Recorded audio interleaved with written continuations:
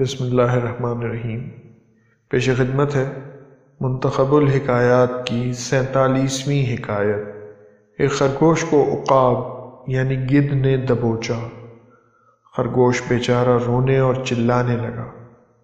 اس کے بلبلانے پر ایک چڑے کو ہنسی آئی اور طنز کی راہ خرگوش سے کہا، او نامرد، کیا عورتوں کی طرح روتا پیٹتا ہے؟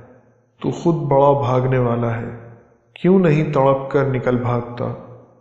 چڑا یہ کہہ ہی رہا تھا کہ ایک شکرا اس پر ٹوٹا اور چڑے کی ہڈی پسلی توڑتا چٹ کر گیا۔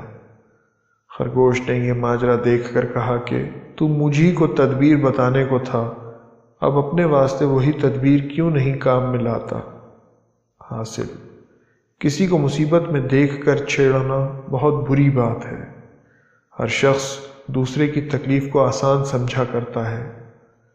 استقلال وہی سند ہے کہ اپنے اوپر مصیبت پڑے اور عقل درست رہے۔